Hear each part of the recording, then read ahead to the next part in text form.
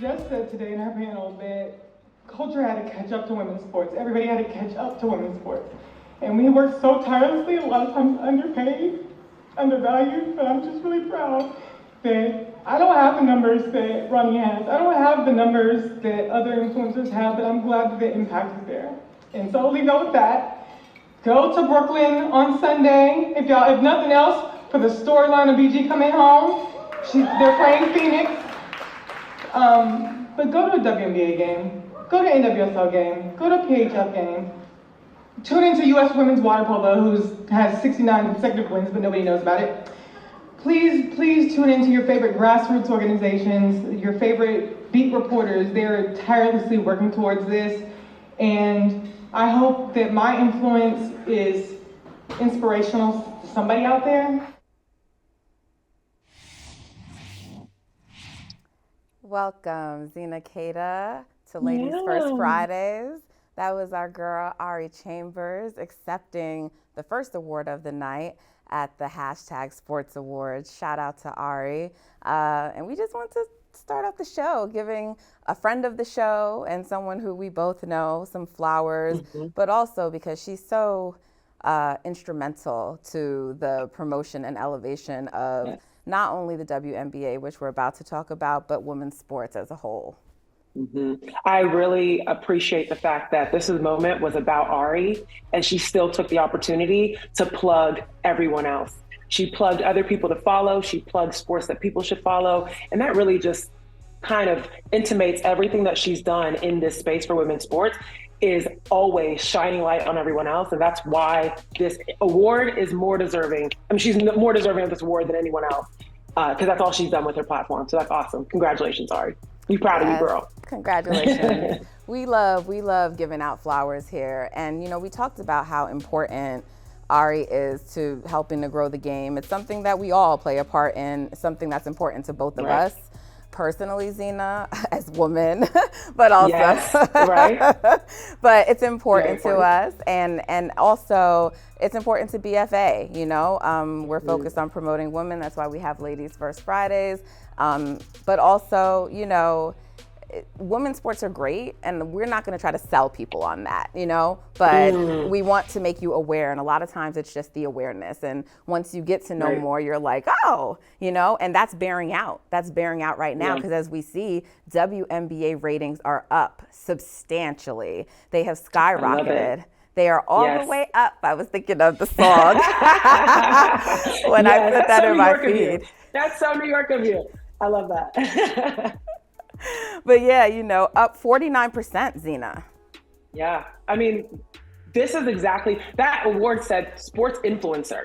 And I know some people feel a little iffy about journalism versus influencing, but women's sports needs it, right? Women's sports need people to influence them to realize that the level of professional sports and the level of competition, the level of excitement, the level of just everything that you want in sport is on the women's side too. And so all these influencers, Grady Diaz, Tarika Foster-Bradbury, like all of these people, like an Ari Chambers, that are influencing the world to catch up, as Ari said, is good.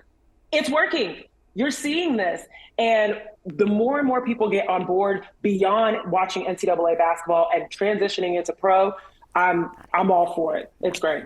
One of the things that when we're thinking about ratings and watching, I was one person that actually talked about this earlier in the season when I first started the WNBA, which was these games.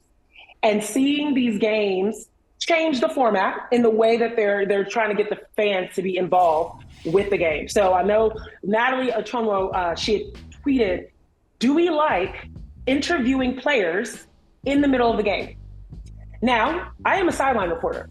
So it is my job to go up to players after the game, particularly, and assistant coaches during the game at halftime, to go ask them, like, what's your strategy? What are you going to fix for the second half? And my goal is to give the audience, the fans, an idea of what are the assistant coaches picking up on that you may have not noticed. Now, fans aren't dumb, but some fans don't know everything to look for, what to pick up on. The player was like, this feels stupid. And I can imagine that there's probably other players that feel the same way.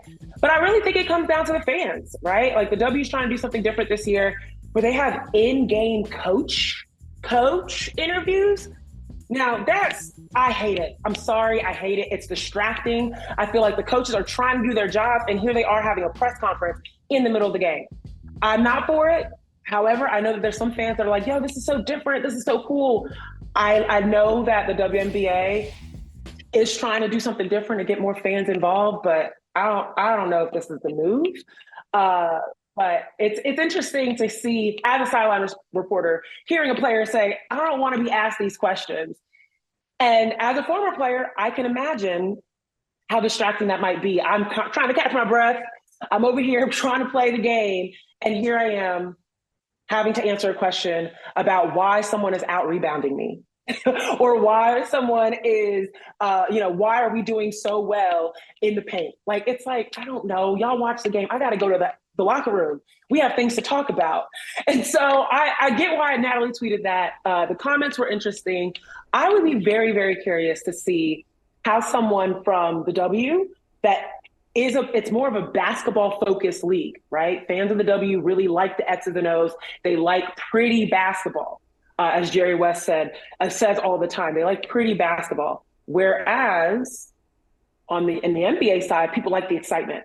They like the big dunks. They like the flow of the game and things of that sort, more so in the men's game. So I'd be interested to see if men's basketball fans responded in the same way to Natalie's tweet about just being annoyed about the interviews. Because you get really good sound bites out of them a lot of the time too.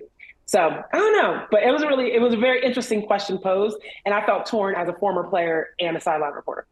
I hear you. You know, my namesake is very smart. I tend to agree with her, even though I didn't play. I often think when I'm watching, this is so annoying. Whether it's NBA games, WNBA, I'm just like, don't bother me at this moment. I mean, at times right. I think post games can be annoying, right? So I can only imagine heat of the moment. So yeah, I think it was a good question to ask.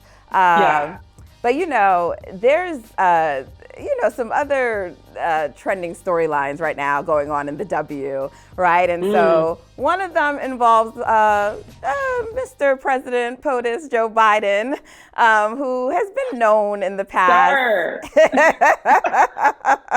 Do your research. You have a team. You have people around you that are literally paid to ensure you are providing the right information to the American public. They are not the first professional team, and this is in reference, obviously, to the Las Vegas Knights. Congratulations to them. We are not taking anything away from them.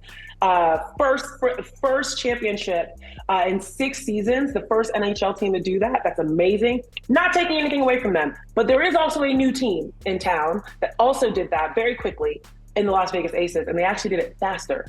And Mr. President, They did. And can we pull up Joe Biden's tweet, just like what he said? Because, now we're doing like a little wordsmithing here. But someone said to me, this is really just poorly written. So not to get too into semantics, but if you read this, the second sentence, if you read them as 2 isolated sentences, like I understand the way most of us are interpreting it and the way Asia did, but the second sentence is just saying because they were the first major team out of the 4. Yes, in Vegas, in the city of Vegas, that's what the second sentence represents. And so I don't know, but it just didn't read well. He hasn't corrected it. He hasn't changed it. And as you know, Asia did not appreciate the inability to quote it. I just want to point out, though, that I do think there is also a little bit of sensitivity. Well, one, our alerts are always up for the shading, of women's basketball, for sure. But there was a reporter who had tweeted, somebody in the media who had tweeted some time ago, something similar like this about, the Aces and not the Aces, but about parades and in Vegas. And at that time, he was completely disregarding the Aces. So I believe that's why Asia, their senses were up even more to react like this, right? Yeah, and here it is. Where she's like, it's literally... Yeah, it's this was in the summer, because this, as you can see what he tweeted, and so she's just oh, it was lit. And she put the picture up because why are you disregarding the Aces? We didn't have a parade in this city already. So I think that's why her senses were up even more. But it should be noted, because I think some people are thinking the Aces were not invited. That is not true. They're just still trying to work out the dates of that visit. And I believe that they will be seeing the Mystics later in August. So my guess is when they go to DC, it'll probably be sometime around then. But Joe Biden, get some better writers. I know. And I think that that's the thing, is like, because that White House trip hasn't happened yet, and season's already started, and people are trying to figure out, okay, LSU went immediately, right? They're just thinking more, there's recency bias of like, LSU already went, when are the Aces going to get theirs? Like, they won last year, like, what's going on? So yes, I 1000% agree. That's why we're a little sensitive. Okay, we're a little in our feelings about it. But regardless of, like, technically NHL is a major professional sport versus just a professional sport, like WNBA is not a major league, right?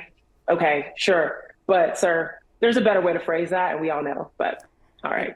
Yes. And there was also an update on the Brittney Griner story earlier. As we know, we talked about it earlier this week on the show. She was harassed at the airport, and the calls were there, like, we need to just make sure things are safer for, the WNBA players. And the league was already on alert because we knew the Brittney Griner situation. And so some really great reporting from Candace Buckner out of the Washington Post. But she spoke to some people after the situation occurred. And we did learn that there's an arrangement worked out for, like, public charter flights, as well. So, but what did you make of this update, Zena?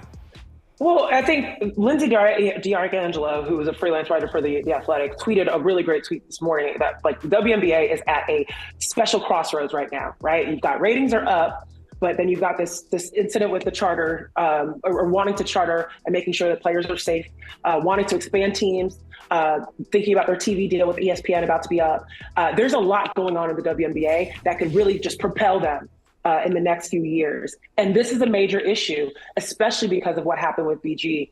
What I loved about Candace's article was actually talking about the ideas that were had that actually weren't followed through on or were shot down. And one of the things that she thought I did not know about, so many people don't know, Jaren Jackson of the Memphis Grizzlies' mom is actually the head of the WNBPA.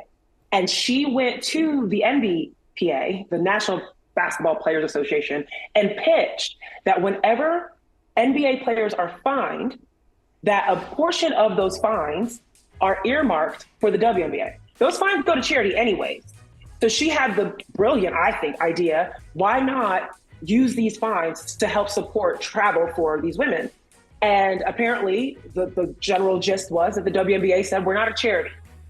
And I understand that. I understand not wanting to position yourself as if, oh, we need handouts from the men. But this isn't a time for pride. This is a time for safety, right? This is a time to make sure that BG can walk with her teammates. After having spent months in isolation, she can walk with her teammates in peace and be on a plane with her teammates. So I think that idea being shot down, I'm happy that was brought to light, because here are people trying to make ideas work, trying to make solutions work. And that was an interesting one that didn't come through. So I'm very curious now that that's out there, what is the WNBA going to do to work harder and smarter for their players? We're watching you, WNBA. All right, but you guys keep watching, because we'll be right back. We have so much more to talk about.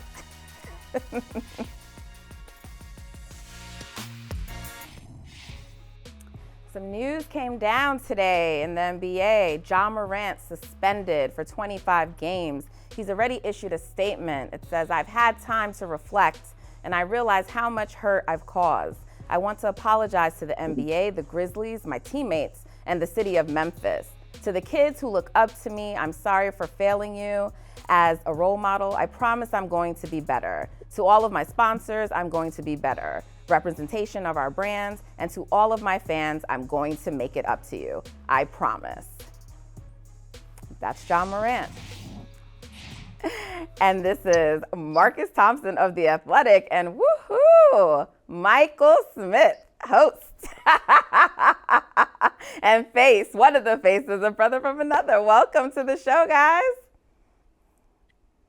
Thanks for having me. First time, long time. So the job news came down today. We've been waiting. I think we all anticipated it would probably be after the parade.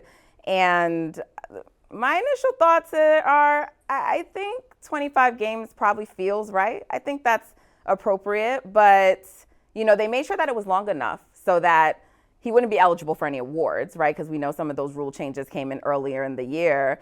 So hopefully it's enough to make him feel it. We've heard him apologize before. We've seen him issue statements again, maybe that he had help with from an app, but we've seen him issue statements, you know, before apologizing. So I don't know if this time is going to do the trick, but we will see.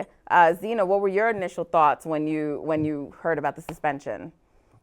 I thought the same thing about the 25 games, and in the sense of, okay, it's fair that he won't be able to get any awards, but it feels doable. I mean, like if I'm Ja Morant, I don't feel completely relegated out of this season in the sense that I won't have an opportunity to make an impact.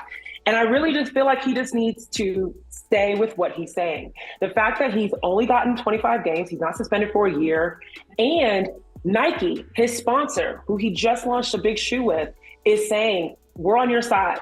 We're pleased that you're taking accountability. We're excited to see you stay the course, and we'll continue to support you. This is good for Ja. This is an opportunity for him for real redemption. And it would just be such a cool redemption story for him to actually, you know, to make these mistakes and then come back. Because we know too often, most athletes don't get that opportunity. Yeah. You know, Mike Smith has taught me well, and he always says we let our company speak first. So Marcus Thompson, Ja news broke. What were your initial thoughts on the suspension and the amount of time? I think you may be on mute. Not you on mute. You're on mute, I believe, Marcus. He said he's not on mute. I can't mouth read very well. Marcus like, nah, I did. Marcus like, I did my job. Like this.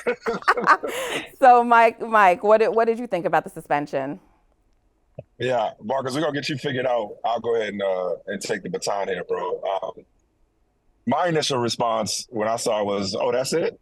Because I mean, I guess we have built it up to be, you know, some kind of like half a season, if not. Yo, Marcus, you there? All right. We got you now. We got you now too. Well, check, mic check, 1, 2. Turn my mic up. Mic check, 1, 2. Yo, turn my music up. Turn me down. Yeah, turn my headphones up. But I'll just be quick and I'll give it back to you, Marcus.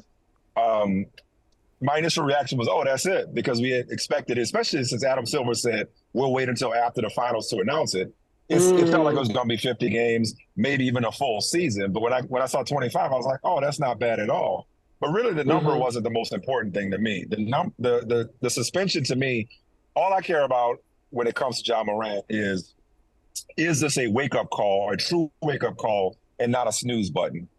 Because he lost a bunch of money not making All-NBA. He lost a bunch of money from his 8-game suspension. This is now 3 times that amount.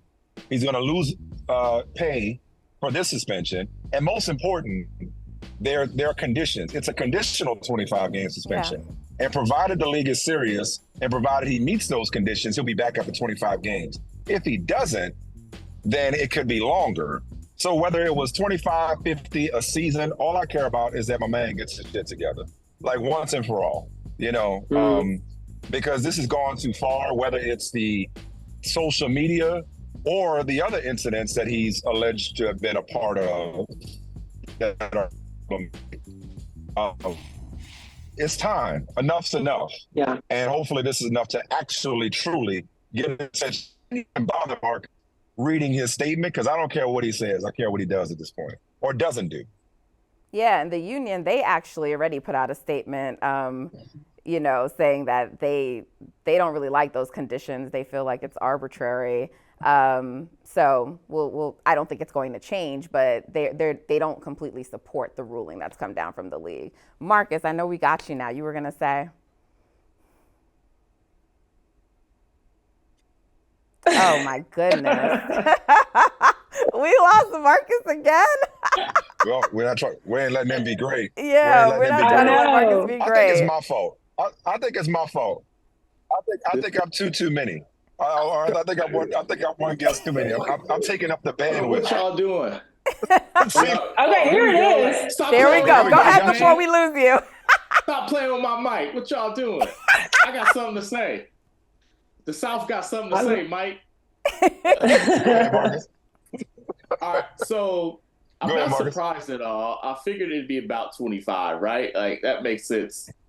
But I can't believe I'm saying this because I, like you, Mike, I want Ja to get it together. I need him to get it together. There's so much potential here for Ja Morant, right? Like, he could be the face of the league, and he's really blowing it. And I want that for him.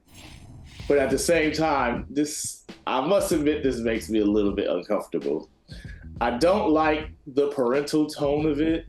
I don't like this idea that somehow this is about like, hey man, we doing this for the betterment of Black people. Like let's just judge Ja on Ja. Let's not try to make this about a referendum on culture. Like, it just feels weird coming from the NBA. And the reason I say that is because if that's the stance we're taking, and I'm 1000% against what Ja's doing. I think it's wrong. I think he's being like incredibly not smart by doing this. I do think it's harmful. I do think it perpetuates itself. Like, all that stuff is true. I just don't know how I feel about the NBA playing the role of, like, you know, Cornel West, Dr. Harry Edwards in this matter, and suspending him with that tone. That's the part that makes me a little bit like, all right, these are the same arenas where I hear, you know, Soulja Boy talk about Superman that hoe in. It's like, we got some elements that we really can talk about if you really want to get down to it. Like, just judge Ja, based on his behavior, and leave like the savior component out of it. To me, leave your issue, the people. Okay. Yeah, It's the language. That's the part that just makes me feel a little bit like, I don't really like the way that feels and sounds, right? Like, because in the bottom line is, if this was a white guy, you wouldn't be saying, well, on behalf of suburban white guys, we got to suspend you because of the example. Like, you ain't doing none of that. Like, so don't. It's reminiscent of Allen Iverson, right? When they came down with those guidelines on how to dress and how to do your hair and all the above. Like, when you're the poster child and you're supposed to be the best, but you don't fit the narrative and you don't fit the aesthetic of the league, they're going to use you as the poster boy of, we got to get you in line. And that is, I agree with you from the start.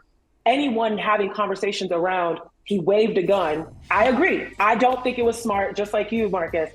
But it's strange for the NBA to be talking about something that isn't illegal in general, right? And so I think a lot of people had an issue with that in the beginning. But yeah, it gives me very Allen Iverson vibes of trying to get someone in line to fit the aesthetic of the NBA too. Yeah, I think, you know, that's what's tricky about this. Marcus won't be like you heard what the actual problematic language was for you. Just I want to make sure I understand it that you're saying, because I may have missed some of the, you know, the phrasing that you're talking about. I just want to make sure. I mean, I don't have it in front of me, but the whole idea that Ja is an example for children, and we want to correct him so he can be a better example for children. And just talking to people behind the scenes, like, that's the talk. And I just feel like the care of Black children doesn't begin with punishing Ja. Like, if we don't really talk about this, there's a lot of elements we can talk about the NBA. Because to me, if we really want to go there, like, let's start talking about the materialism of Black children, right? Let's talk about some of the messages that we send. And, you know, me, I'm old school. I'm a little conservative, you know, about it. I feel like, hey, you shouldn't be having guns and all that. But if I'm not out here acting like Ja's the savior of communities either. Like, Ja is just Ja. Just judge him for Ja. That's it. Let's leave the social component out of it, because when it's coming from the NBA, this is the same league that instituted the dress code. This is the same league that prevents Black men from working until they turn 19, right? Even though that's kind of anti-American. Like, there are other issues where it's like, well, hold on. If this is the concern, we should probably do some things a little bit differently. So let's just judge Ja on Ja's own behavior, because his behavior is worthy of punishment. We don't need to bring in this other element that I don't think the NBA is positioned to be an authority on. Okay, you know what? I appreciate that nuance there, Marcus. But I'll say this. Okay, maybe the NBA is the wrong messenger, but the message stands for me. And here's what I mean by that. 1,000%. Like, because I don't remember them saying black children, but black or white children look up to Ja Morant. Both of them look up. Both all groups of kids, NBA fans globally, look up to Ja Morant. And as we know, if we want to really get, honest about this conversation, and I know you guys will, but for those at home, there are different connotations and stereotypes associated with black people and guns, when the majority of the people committing mass shootings don't look like the people on this program and don't look like Ja Morant. So we have a gun issue in this country across the board, regardless of color, of background, of socioeconomic status. Having said that, Ja Morant, all of them are watching Ja Morant, and it is problematic when you see somebody that, sorry, Charles Barkley, he is a role model, and he is waving guns on social media, being reckless with guns. And the other part about the legality of it, or the lack of illegal activity here, or even just, and I've seen this a lot when it comes to a lot of this the conversation around this, is like, oh, you got politicians, having guns on Christmas cards. And, white people, this is about black people not being able to bear arms. I said 1,000,000 times on this show, I got a lot of guns, more guns than I need, more guns than my wife wants me spending money on. I don't go around flashing them. And so I'm not here to tell Ja Morant what he can and cannot own. And I'm certainly one for black, legal, responsible gun ownership in this country. On the other hand, the NBA already told you, stop flashing your guns on social media. So I'll echo you, Marcus, and I'll say this. This is about Ja Morant flashing guns on social media. This ain't about black people or black children and guns. This ain't about whether it was legal or not in an open carry state. Dude, stay on social media. Have all the guns you want. You ain't got to flash them. We suspended you 8 games for it the first time. It didn't get through. Hopefully 3 times that amount will. But I'm with you, Marcus. The NBA, there's this old song. Remember them records that they used to play on TV, like the hits? Like if you could buy, you order dial like the 1-800 number, and you get this old school R&B record. It was a gospel record, and this song is always in my head. Sweep around your own front door before you try to sweep around mine. Remember that song? They used to play on TV all the time. You are such an old man. When you talk about the NBA. Sweep around your own front door. Not the gospel. Oh my goodness. All right. I think Steven Jackson posted that not that long ago. I think Steven Jackson posted that to troll Laker fans. Yeah. That's why they'd be like, let me borrow your album, man. He like, nah, my brother, you got to get your own. Yeah, and I hate to be this person because I think ultimately everyone here wants Ja Morant to be able to thrive and succeed, right? So we want him to rebound from this and stop the foolishness.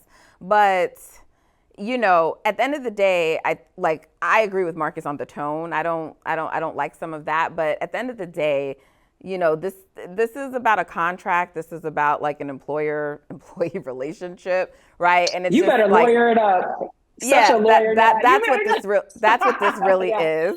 You're right. And like the fact is, you're governed by additional rules, right? Like that. Others are not, and that just is what it is. It's like when I was still practicing law, like I had to make sure there are certain things I just couldn't do because I'm an officer of the court, and there would be additional penalties for me. And so it's not anything illegal, but as his employer, they have the right to govern his actions, but also just knowing that you were already in trouble for this, like it's just not smart to do it again. So yeah, but to me, I'd feel a little bit better if they just kept out the conversation part about, like, because look, what if Ja's just not a role model? Like, who said every black NBA player who's a star got to be a role model? Nobody say, what but we get into the Charles Barkley discussion, right? Okay, but here's the thing. Like, but they are. I just how does the NBA get to determine? How does the NBA get to determine who's a role model and who's not? Like, that's just. But guess what? But guess what? In the NBA, you are a role model. Right. Yeah, but it's not even just the NBA, guys. It's not even just the NBA. So that's the case. When you are a prominent black figure. I understand that. But we got to police more than just this then. How about we police fatherhood? How about we police how you treat Black women? How about we police all this stuff? Like, are we just talking about that's this? a conversation, right? And I agree with you, Marcus. I'm saying nobody want to have that. Like, how about? We want to have that. I think some of us do want to have that conversation, but they've determined which is real. Go ahead, Zena. What's hard about this whole situation is that you're absolutely right, Marcus. These topics extend beyond just the situation of all the things that we could police. That is a conversation we need to have internally in our community. What's awkward about this is that this is playing in a public setting, right? Where other people who are not in our community are having say or influence in the way that our community should police itself. And that is what's unfortunate about this. Now, that being said, heavy is the head. Right? Heavy is the head that wears the crown. You know, if you are going to be a prominent Black figure, whether you're an NBA player, a politician, a person on television, anything, heavy is the head that wears a crown in the sense that you, unfortunately, represent your people. I work at The Athletic. I know 2 people, me and another Black woman, that are the Black women on the headquarters side of The Athletic. Every room I'm in, I am the only Black woman. No one's policing me. No one's giving me guidelines or general conditions on how I should behave, but I know how I have to represent my community. And that is the thing that regardless of the NBA, regardless of whatever, of his employer, Ja Morant has to know is that I know this feels uncomfortable, that your employer is the one putting you out there to be the role model for Black children and all the above, but you have to know that for yourself beyond all of this. And that's what he's saying. I think that's what his tweet was saying today. And that's the point that we're trying to get is like, NBA, you should have judged him for just Ja Morant. But Ja Morant, you got to judge yourself for knowing who you are in the community, too. And I feel like we can judge him. Like, I feel like I can say we can, right. But like, yo, bro, come on, I agree. Man. Like, you're killing me, Smokey, right? Like, I can have that vibe. That's what I'm saying. It's our community can do that. But it's just awkward because it's NBA doing it. Yeah, I agree. And speaking of guys, this was a great. You're killing me. Wait, what, Marcus? What? What? No, Ja is like killing me. Like he's got it right there. It's all. I know. It's all for the taking, and he just wants to just. Come on, man. It's silly. He's got it. We're cheering for him. He got it. This is why Adam Silver did not want to release the Ja news before, during the finals and before, because we should be talking about the Denver Nuggets, and we're not. They just had their parade yesterday. They just had their champions. Don't want us to talk about him anyway. It's good. No, but let's give Denver a little love just before we go quickly, because Marcus, you wrote something recently and you said this is the new era, and I just need to ask you about that quickly because I want to know. But first, let's hear from Jokic and Michael Malone yesterday at the parade. You know that I told that I don't want to stay on parade, but I want to stay on parade. This is the best time. Yeah, this is amazing. This is we're all gonna remember this our whole lives. What a great day to celebrate a championship, but we're not done yet. We're some greedy bastards, baby. We're some greedy bastards. We're getting another one, and I'm out. Y'all tell me, is Brucey B going anywhere? Hell no. Hell no. Hell no.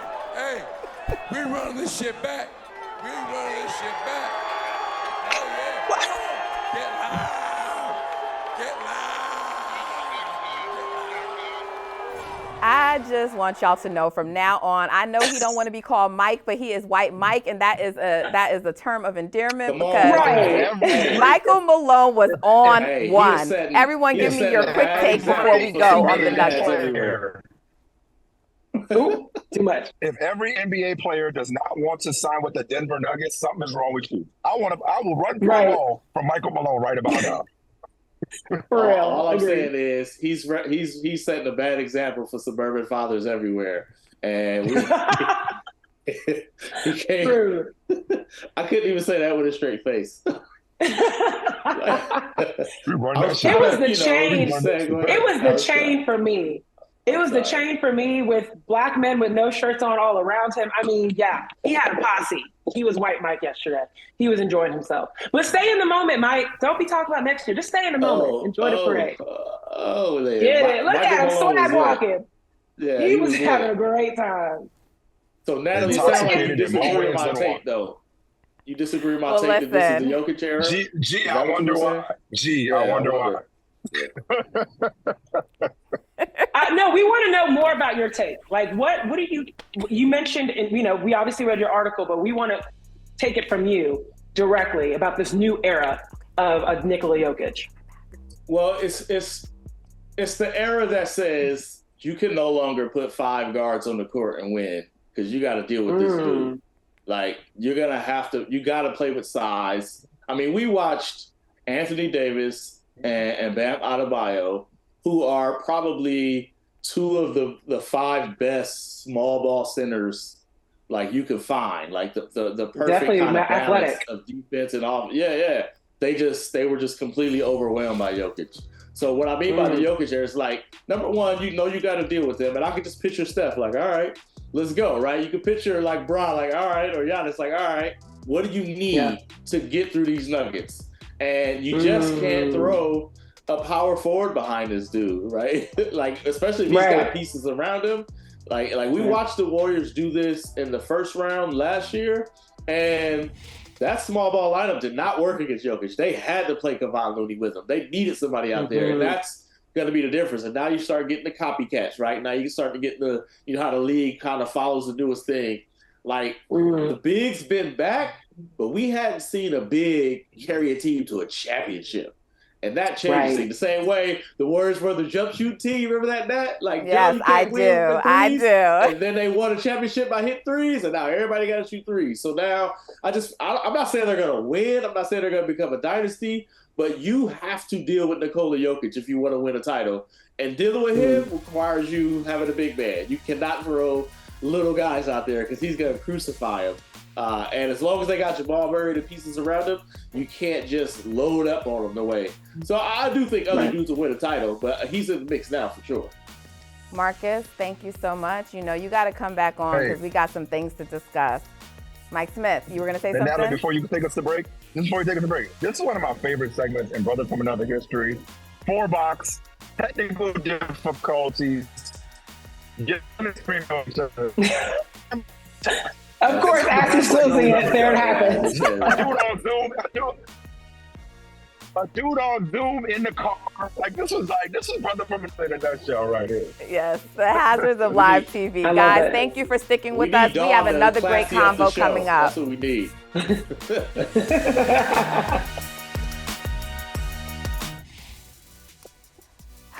So we recently learned that Tori Bowie passed away, but we didn't know the circumstances of her death until earlier this week. And she passed away due to pregnancy-related complications. She went into childbirth, and she was alone, and she passed away. And so we're going to talk about it because we need to talk about so many of the pregnancy-related deaths that happen for Black women. And I have an amazing panel here to help me out with this really important discussion, difficult discussion, and one that everyone should care about, but it feels like no one cares about it but Black women. So we have Dawn Montgomery and Shalise Manza-Young. Thank you and welcome to the show. Hey, so let's everybody. get into it. It's hard because it's like when you first heard. Let's go back a little bit. Dawn, when you first heard that Tori had passed away, what was your initial reaction? Because there were no details provided. So, I actually was initially concerned. I was like, oh, God forbid, I hope she didn't die by suicide. Because a lot of times when it first comes out that someone passes and they don't reveal anything, it sometimes can be that. So I was just like, I wasn't expecting this, though. Right. I think my initial reaction was, how? And I hate to be that person, but someone who followed her career from Southern Miss, she's from the South Mississippi, and became an Olympian, and all of the things that most of us young Black women in South Mississippi were looking forward to becoming or being. It was like, okay, how? Because this is someone who was 32 years old. She was young. We didn't know that she was pregnant. That wasn't publicly known. And so when the details eventually came out, I think initially for me, I started feeling really, really sad just because I started seeing the messages, right? And some of the things that were being said on social media. And I pointed this out again, after the actual details came out earlier this week, because it made it seem as if she committed suicide. And then there were anti-vaxxers online trying to say that she possibly died from vaccine-related complications. And that's very frustrating because, yet again, even in death, no one's listening to a Black woman, right? Even in death, no one's taking our death or our issues seriously. It's almost as if it's just a running joke, and it's not fair to her. And I'm very, very, very heartbroken about finding out these details. And I broke down when the real details came out about her pregnancy because of my own story and how I've worked with Black women's health imperative and talked about overcoming racial bias in healthcare. This is something that is it's literally something that I think our president and vice president should really take a lot more seriously. And I feel as if it shouldn't just be Black women just talking about this. Like, yes, it's important to uplift our voices, to amplify our issues and our experiences with this, but it's like, who else cares about our well-being? Who else cares about whether or not we die alone? Who else cares whether or not, if we say we're in pain, that you hold us over for at least 48 to 72 hours to monitor us, to make sure that we're okay? Like, who else cares? Yeah. Shalise, one of the remarkable probably isn't the right word, but one of the things about this story is that her teammates almost experienced death as a result of pregnancy. Like, how can someone pass away and then in such close proximity have two other teammates that experience something that's life-threatening also because of pregnancy?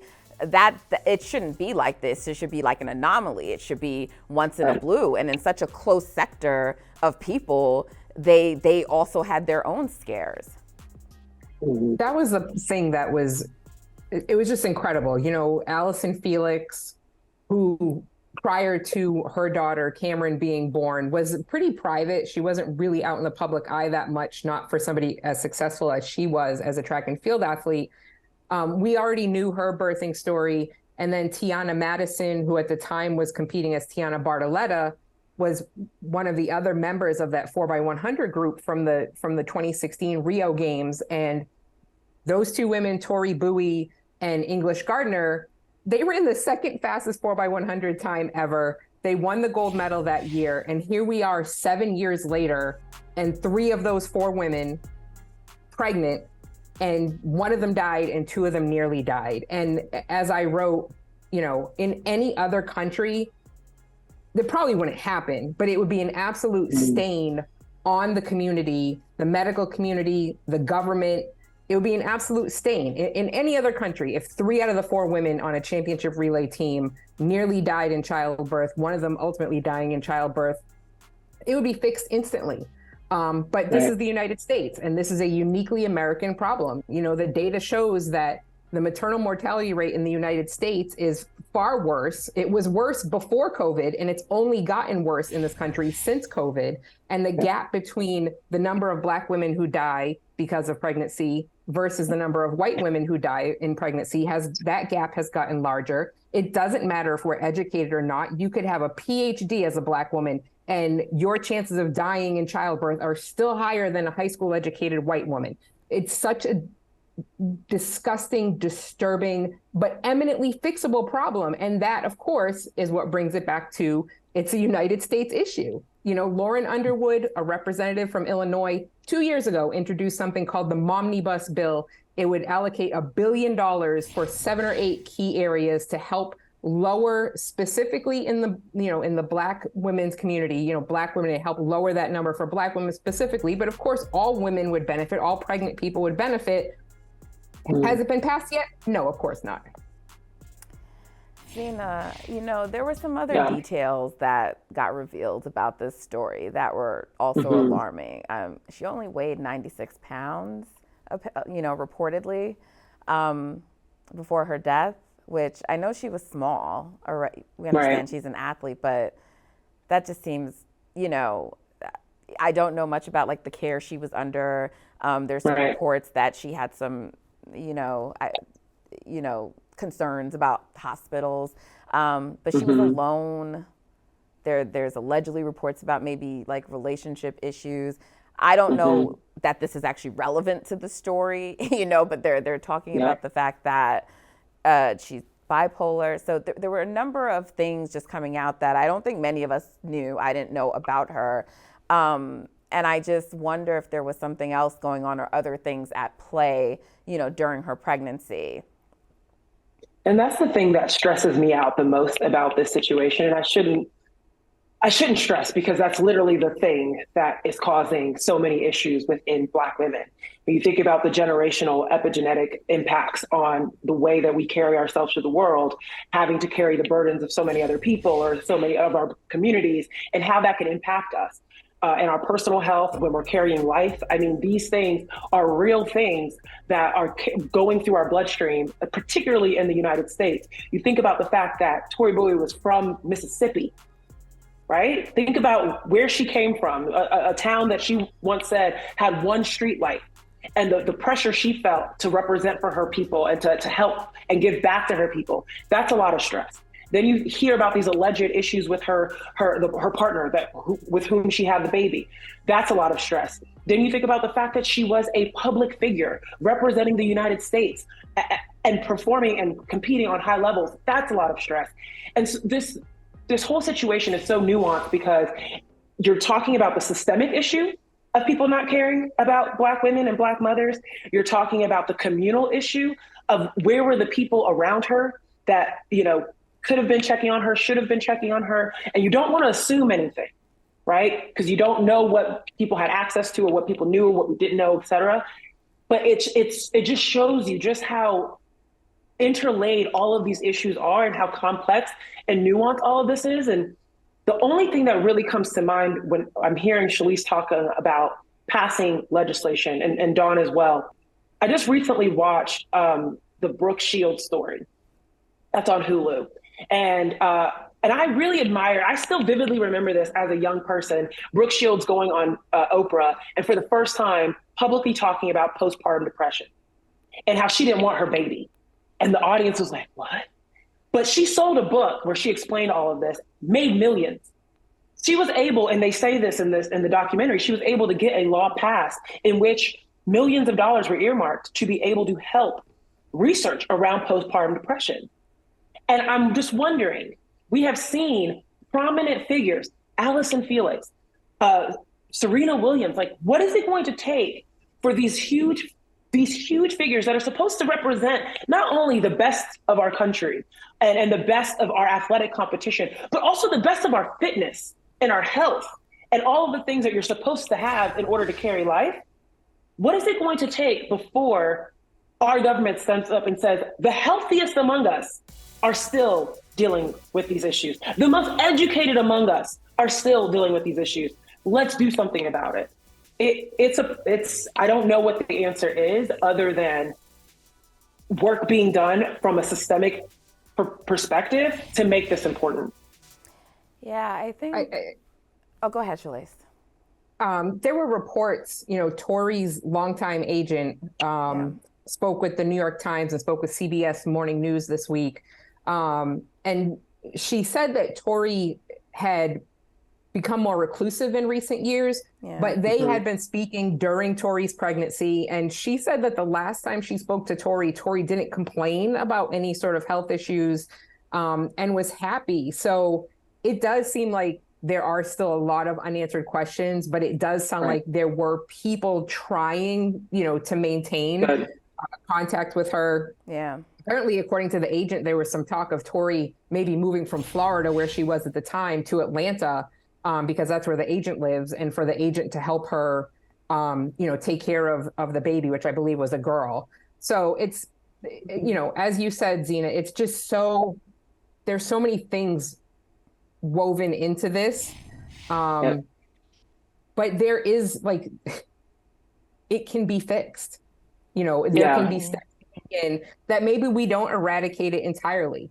That you have to, the medical community has to start including Black people into the medical, testing that they do. I saw there was a study released earlier this year. I think it was led by Temple University, And it's a small study of women, but they think that depression shows up very differently in Black women than it shows up in other women. But because nobody's ever studied how we deal with it and how we look at it, then it's just now coming to light that this is what it is, that Black women, because there is so much pressure on us, you mentioned all that pressure, we internalize all that, and how depression looks for us isn't just, oh, we're kind of sad, right? Because in a lot of ways, for far too many of us, we don't have the luxury of being like, I feel awful today. The black cloud has completely enveloped me. I need to just take the day off and let the cloud dissipate a little bit. Many of us don't have that luxury.